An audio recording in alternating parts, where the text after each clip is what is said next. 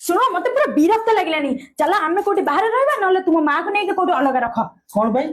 ମତେ ପୁରା ବିରକ୍ତ ଲାଗିଲାନି। ଏଟା ଦେ ସେଟା ଦେ, ମାନେ ମୁଁ ଏସବୁ ଆଉ କରିପାରୁନି। ତମେ ଗୋଟେ କାମ କର, ତମେ ପଳାଅ। ତାଙ୍କ କଥା ବି ମୁଁ ଆଉ ଶୁଣି ପାରୁନି। ମୁଁ ସେୟା କହୁଛି ତମେ ପଳାଅ, ମୁଁ ଯାଇପାରିବିନି ହେଲା। ତମର ଏଇଟା ଲାଷ୍ଟ କଥା ତ? କହିଲି ବା, ଆଉ କଣ ମନା କଲି? ଯାଇପାର ତମେ। ତାକୁ କୁଆଡେ ନଉଛ? ସେ ମୋ ପୁଅ, ମୋ ସହିତ ଯିବ। ତମେ କିଏ ମତେ ତା ଠାରୁ ଅଲଗା କରିବା ପାଇଁ? ତମେ ତାହେଲେ କିଏ ମୋ ମା ଠାରୁ ମତେ ଅଲଗା କରିବା ପାଇଁ? 5 ବର୍ଷ ହେଲାଣି ପୁଅକୁ ତମେ ଛାଡିକି ରହିପାରୁନା, ମୁଁ କେମିତି 30 ବର୍ଷ ମୋ ମାକୁ ମୁଁ ଛାଡିକି ରହିପାରିବି? ଏ ଆଜି ତମକୁ ମାତୃତ୍ୱ ଦେଖା ହେଇଗଲା ନାଇଁ? ତମକୁ ତମ ଘରେ ତମ ବୋଉ କିଛି କହୁନଥିଲେ? ଏଠି କଣ ଶାଶୁ ଯଦି ମା ରୂପରେ ପଦେ ପଦେ ତମକୁ କଣ କହିଦେଲେ ତମ ଦେହରେ ଲାଗିଗଲା? ଆରେ ସବୁ କିଛି ସହିବାକୁ ପଡିବ। ତାହେଲେ ମୋ ବୋଉ ତ ତମକୁ ଏମିତି କିଛି କହୁନି। ଶାଶୁ ବୋଉ ଭିତରେ ଏମିତି ଟୁକଟାକ ଚାଲେ, ସବୁ କିଛି ସହିବାକୁ ପଡିବ। କାଲି ସକାଳେ ଇଏ ବି ବଡ ହବ, ବାହା ହବ, ତମେ ବି ଶାଶୁ ହବ। ସେତେବେଳେ ତମକୁ ଯଦି ଇଏ ଯଦି ବିଦା କରିଦିଏ କେମିତି ଲାଗିବ ତମକୁ?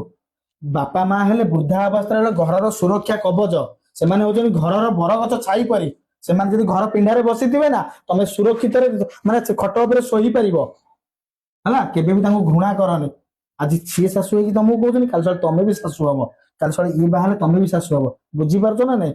ଯେତେବେଳେ ବୋଉ କଣ ପଦେ ପଦେ କହୁଛି, ଘରେ ନିଜ ବୋଉ କହୁଛି ବୋଲି ଭାବିକି ଟିକେ ସହିଯାଅ ହେଲା।